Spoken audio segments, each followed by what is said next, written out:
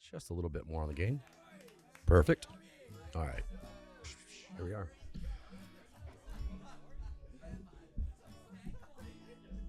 Hello, friends. Your good buddy Stub here at Passyunk Avenue in Battersea, London. Welcome to the One Bourbon, One Chard, or One Beer podcast. Little Tweener. For Friday, January 2nd, 2026. Happy New Year. Now, let's start with a reminder that the One Bourbon, One Chard, or One Beer podcast may contain foul language or explicit content, so listener and viewer discretion is advised. If you're at work, put on your headphones. If you have a child in the car, listen to this shit later. And if you're any of our mothers, remind your friends over coffee that you raised us way fucking better. And friends, if you're just listening to the podcast, let me remind you that you can watch the One Bourbon, One Chard, or One Beer podcast on the Cork MB YouTube channel under the playlist One Bourbon, One Chard, or One Beer podcast. So do that. So friends, this week I thought I would do a quick recap of my year, chat a bit about the podcast itself, and give a little preview of the year to come. And as the incomparable Dame Julie Andrews once said, let's start at the very beginning because, well, it's a very good place to start. Now, friends, we started the One Bourbon, One Chard, or One Beer podcast year with Lil Tweener number 95 on January 1st. Now, the rest of January actually found me sorting post-holiday meetups with mates who had actually been away for the festive season, but it also found me heading to a specialty shop for, quote, kilt day, end quote, which I learned from my best mate Martin, who organized my fitting that, quote, a boy's first kilt is a very special day, end quote. So I drank a bit of whiskey, but I managed to get fully kitted out in my Scottish garb, which was specifically supposed to debut at a charity Burns Night event that was upcoming then. Well, friends, the kilt actually showed up the day after the event, so it was black tie for me for Burns Night. And despite my lack of kilt, I had a great time and managed to acquire some new art in the auction for charity. Now, actual Burns Night was a few days after the dinner on the 25th, so I made sure to kilt up for no other reason than to film a video reciting one of my favorite Burns poems before heading to the shop and stopping into my local, right here, for a pint or two. I am, however, friends, looking forward to getting kilted up for this year's Burns Night celebration later this month. There will be plenty of, wait for it, cheeky photos to follow on the Cork MV socials, so keep an eye out for that. Now, friends, if I had to pair a drink with January of 2025, given Kilt Day and Burns Night, I think I'd have to go with whiskey, and that specific whiskey for me would be a Singleton 12, which I often enjoy with my best lad's Weegian mate, Martin, and we may have had a few of those on Kilt Day. Now, as for a song for January, I have to go with the classic Auld Lang Syne, written by Robert Burns himself. Now, friends, February found me on a train to Canterbury to grab a car to Sea Salter for a tasting lunch at the Sportsman, a Michelin star pub in the county of Kent. So, the Rip and I enjoyed an amazing afternoon of unrivaled food, wine, and banter with a couple of great mates before walking about Canterbury for a bit, heading back to London for a late night session at some new to us bars in Shoreditch, and sleeping in the next day. Now, mid-February actually found us traveling to Cyprus for an anniversary getaway. Yes, Valentine's Day anniversary. Now, we spent time at the beach in Paphos, toured UNESCO World Heritage Sites, headed into the mountains for a day of wine tasting, and finished off the trip with a few days in Nicosia. Friends, it was a bit of a bucket list trip for both of us as we'd always wanted to visit Cyprus, and we found the food, wine, and most importantly, the people of Cyprus to be absolutely top-notch. Now, upon my return, I had a short rest, did a bit of washing, and then headed north to Scotland for the annual fishing trip to the River Tay the following weekend. Now, mates, the beginning of the salmon season in Scotland can be a bit dodgy as far as the quality of fishing. So not a lot of lines actually got thrown in the water, and by not a lot, I mean absolutely zero, because the river was too high. But there was great company, a couple of pints, a few whiskeys, and of course watching Six Nations rugby at a local pub just outside of Perth. Now, as far as pairing for February, I'm going to have to go with a Cypriot wine that we may have brought back from our trip and a song from none other than George Michael. Moving on, March actually proved a bit of a quiet month socially, but for a visit from a colleague from California. And this particular mate and I actually got to know each other over a wine writers group chat during COVID lockdown. And despite having been friends for several years now, we had never actually met IRL, as the kids say. But our first hug upon our meetup under the London Eye was as familiar as hugging a lifelong friend. So we spent the afternoon and into the evening laughing and chatting over a couple of drinks and reminiscing about a time when catching up with colleagues and friends was almost a daily requirement for social interaction and a mental health boost to fight the effects of isolation during the lockdown. Now, March also found us producing the first ever One Bourbon, One Chard, One Beer podcast video episode. Now, friends, that was something that had been in the works for quite a while, but finally happened in March for our 99th Lil Tweener episode. So for March, let's put on Beautiful Day by U2, and in honor of my beautiful visiting colleague who has a deep love for and has studied Africa extensively in postgrad, let's pour a South African wine to toast March. Now, friends, April brought about birthday shenanigans for myself, the Rib, and of course our best mate James here in London. It was also the month I began my role as producer of the Young Life podcast hosted by my mates Gaz and Jesse. Now, we filmed a test episode early in the month and then followed that by the first handful of our actual episodes throughout the rest of April. So to toast that month that was, I think we have to blast High Hopes by Panic at the Disco and sink a pint, and if you're inclined, a shot. And generally, I'm inclined. Now, friends, May brought a visit from my favorite Norwegian for, well, shenanigans in London, which actually happened to coincide with the launch of the aforementioned Young Life podcast. We actually dropped our first 2 episodes and filmed our live launch party as our 3rd episode right here at Passyunk Avenue in Battersea. Now, we invited OG regulars, staff, and new converts to the Young Life to chat about the community built around our American dive bar experience here in London. And I think we lived up to our aim of exploring life, liberty, and the pursuit of frivolity that night for sure. Now, the last week of May, I found myself traveling to Wrocław, Poland via Berlin to watch Chelsea play for the UEFA Conference League Championship. And it was actually my first ever international away match. And while it was, quote, only, end quote, the Conference League, it was quite a fun time meeting up with other fans and watching Chelsea bring home yet another trophy. But in Berlin, my mate James and I, as is customary on our travels, checked off another world's best bar by visiting Wax On in our first night in Berlin. Now, we sampled 8 of the menu cocktails and 2 off-book drinks during our visit. For me, friends, the standout drink was the menu martini, which I declared then and still hold was the best martini I had ever enjoyed.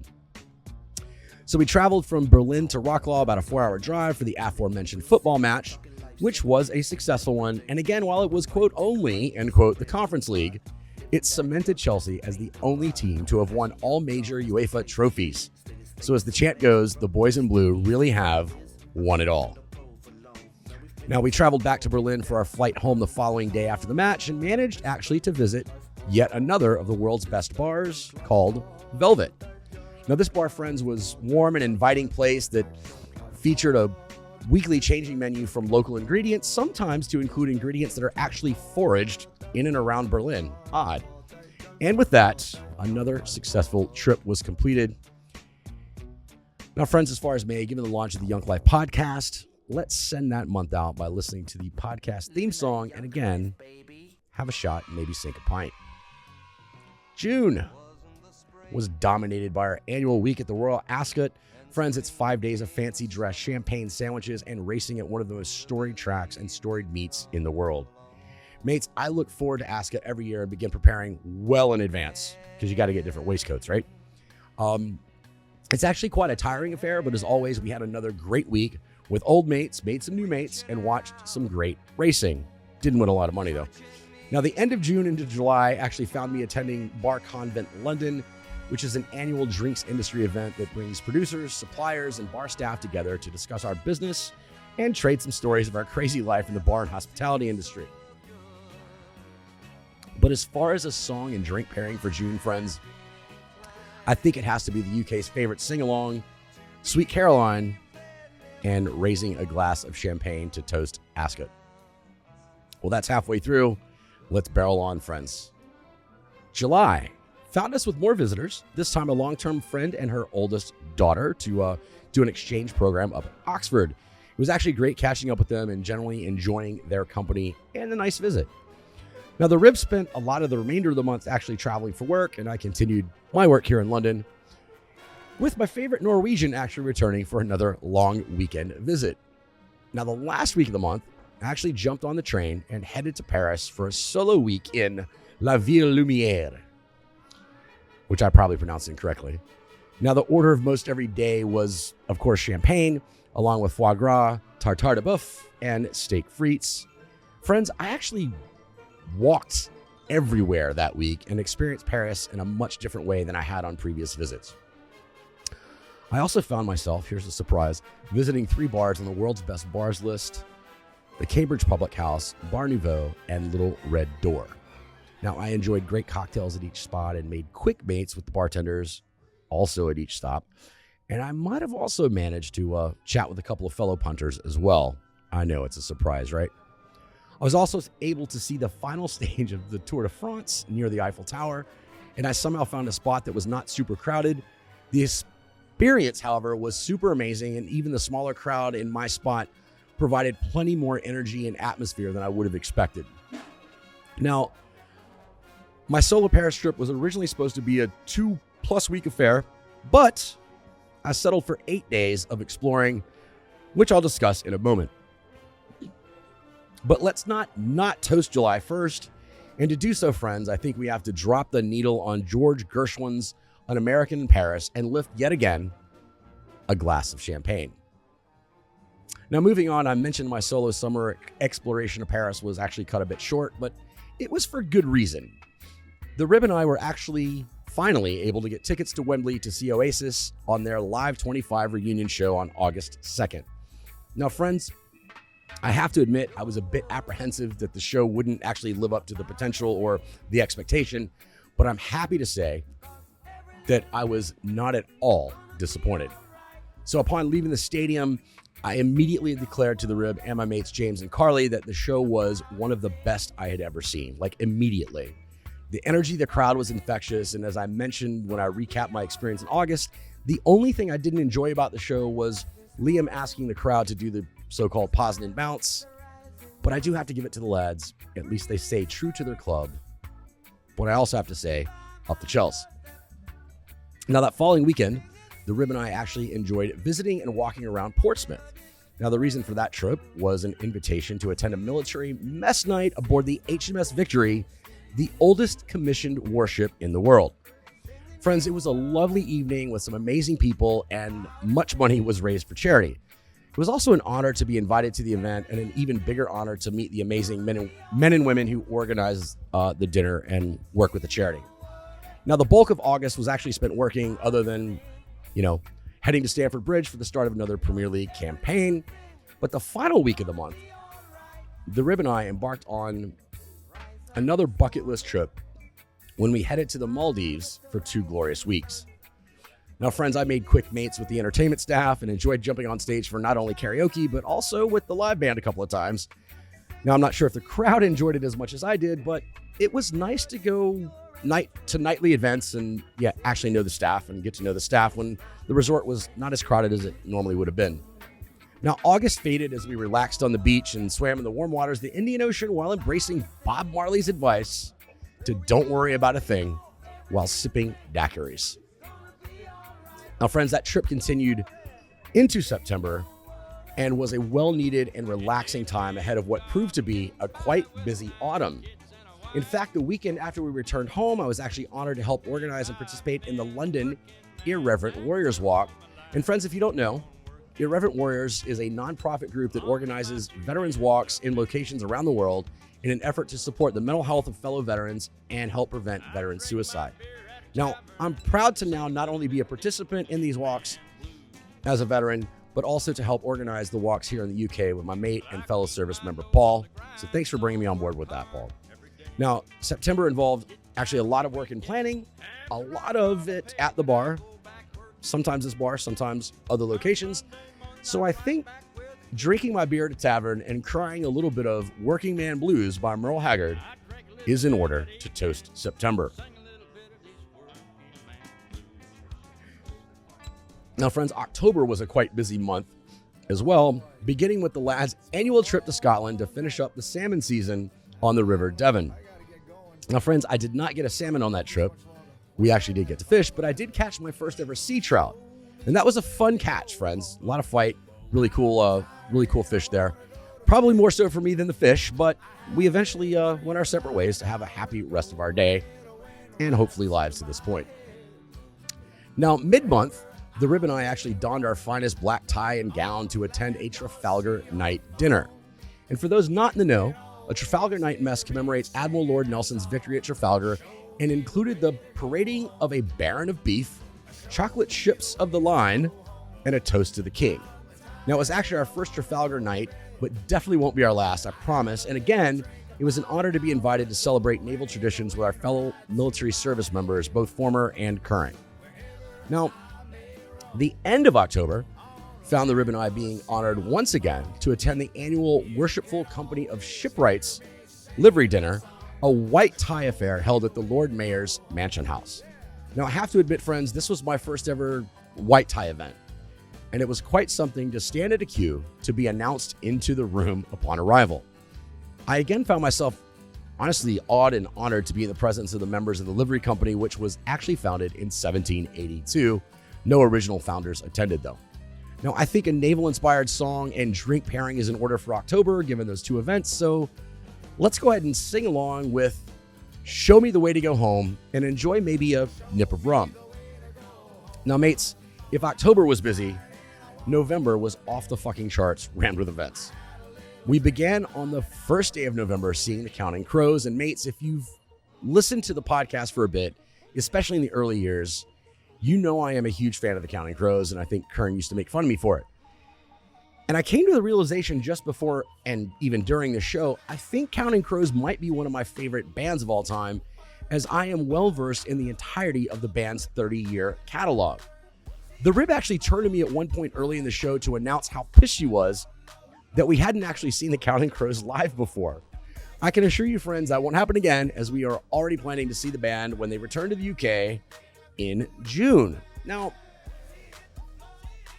another awesome show under the belt, but in honor of our beloved United States Marine Corps' 250th birthday, the Rib and I actually decided to celebrate properly by attending a separate Marine Corps ball for 3 consecutive weekends. Now, the first of those was in Dublin, which we had actually never traveled to together. We'd been separately. Now, the Marine Security Guard detachment there was welcoming, and a ball at a castle outside of Dublin was an appropriate start to our month of celebrating our Corps. Now, after a long weekend in Dublin, I was honored again to be invited to a Remembrance Day breakfast and day out with some of my fellow services members here in London. Now, a port breakfast began the day. We then marched to the Cenotaph for Remembrance Day ceremonies before heading to the Grenadier pub for stories and chats over a few pints. And I even had the chance to meet the reigning Miss Wales, who was attending with her parents. A lovely young woman. Friends, it's always great to actually meet up with fellow service members to commemorate our joint accomplishments and celebrate the special relationship between our country's services. So I really did appreciate that, as well as the solemnity of Remembrance Day. Now, the following weekend, the Rib and I boarded the Eurostar and headed back to Paris to attend the Marine Corps ball hosted by the Marine Security Guard detachment there. Now, that was great to celebrate with friends and to meet and celebrate with fellow Marines, not only those currently serving, but also those who, like the Rib and I, haven't donned the uniform in quite a while. Yeah, it was nice. I also don't want to think about why we can't don the uniform, or at least why I can't. Now, the following weekend, we attended the Marine Corps ball here in London, and that was great to celebrate the Corps with our fellow Marines and colleagues here at home. And it was a great way to end our month of celebration for the Corps. Now, friends, the following week, we actually welcomed our dear friends and their daughter, first-time visit for their daughter, for a nice long visit. And we began that trip by celebrating a holiday at an American Thanksgiving service at St. Paul's Cathedral, which is held every year. And it's a lovely service and a great way to begin their visit, and for Americans, our Thanksgiving weekend.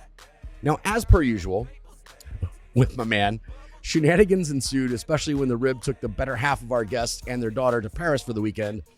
But proper first-time London spots were conquered, and catching up in person with dear friends is always a great thing. And It's always nice to welcome friends who actually take their time and effort to come visit us here across the pond, as we say. Now, oddly enough, November has to be toasted while listening to Flo Rida's Low, as the Rib and I danced to that song at every Marine Corps ball we attended. It's also a favorite of our November guest, and let's go ahead and raise another shot and a beer to celebrate our Corps and its 250th birthday one more time. Semper Fi.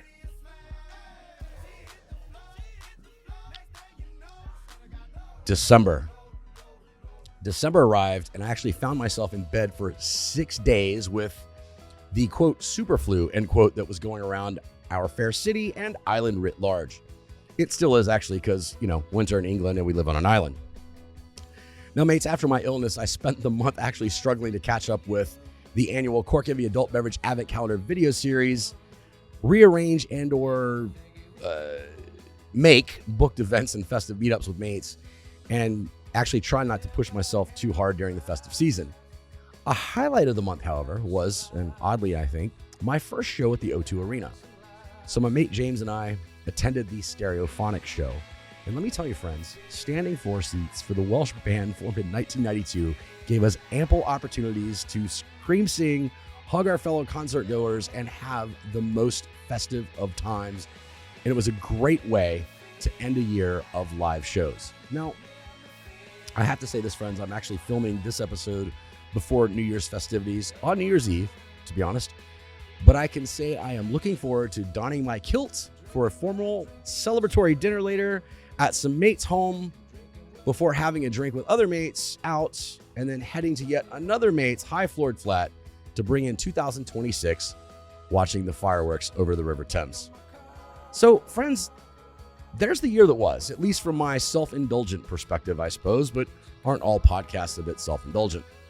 Now, in addition to all of the, quote, special, end quote, events and trips, the work on the One Bourbon, One Chard, One Beer podcast or the Young Life podcast, I also continued my monthly live event hostings to include Quizzo nights, karaoke nights, and various games and charity events throughout the year. So 2025 actually brought a lot of ups, a few downs, and a lot of day-to-day living that really isn't worth discussing because the weather is what it always is, right? Now, let's move on. What does 2026 hold? As for me, I have several projects already in the works that hopefully I get to work on sooner than later. And I guess I have a few resolutions of sorts as well. So first off, I'd like to drink a bit more. Now, I'm not talking quantity or more often, but quality. And I actually would like that to come in the form of refocusing a bit on wine. So I will do my best actually to seek out new to me bottles and regions and engage a bit more in wine events in the wine community here in London. I would also like to get back into honing my own bartending skills. I've not really made or created a new drink in a while, so I need to get back to those basics as well, whether it be at home or perhaps here at Passyunk Avenue on occasion. And I suppose in that same vein, friends, I plan on actively sitting down on the regular to brush up and maintain my musical skills, because I haven't been picking up my guitar nor my bass near enough as of late. And finally, I think I'd also like to commit to reading a bit more. Not only does that include getting to a few of the drinks business books I've yet to crack that are stacked up at the flat, but also for pleasure, just to read and get lost in a book without distraction or purpose other than reading and enjoying. I guess I should also say something about, getting better sleep, eating better, and getting more exercise too. And I suppose I'll give all those aspirations a go as well, but I'll keep you posted. But with that, friends, I'll close the book on 2025 by thanking you for your continued listening and viewership of the One Bourbon, One Chard, One Beer podcast. Kern and I do very much appreciate it. I'd also like to express my appreciation to my colleagues here at Passyunk Avenue and remind you to give a listen to our Young Life podcast. We drop a new episode every other Monday, and we'll begin our second season the day after the big NFL game in February. Also, friends, can't forget this. Please to follow my best good mate Kern on the socials at Forgotten Grapes, the Festival of Forgotten Grapes, or Paso Seco to learn more about the Forgotten Grapes Wine Club, the Festival of Forgotten Grapes, or Paso Seco Sparkling Wine, the only sparkling wine made exclusively from Paso Robles grapes. And also, friends, don't forget to follow all things your old buddy Stub here on the socials at CorkNV. I guess I'd like to close by saying, doing a recap of the year, I realize actually how fortunate I am to live where I live, to know the people I know, to have the opportunities to explore and experience everything London and beyond. It's not lost on me how fortunate I am, even during times of doubt or despair, which I do have. But I do love my life, and I'm trying every day, or at least most days, to make it even better, and hope to, as one of my favorite artists sings, quote, someday be the type who gives more than he takes, end quote. Friends, I hope everyone had as good a 2025 as possible, and that 2026 brings you love and light and all that you need. Happy New Year, friends. Thanks for listening and watching. Until next time, remember to be nice, be safe, and be happy. Cheers, mates.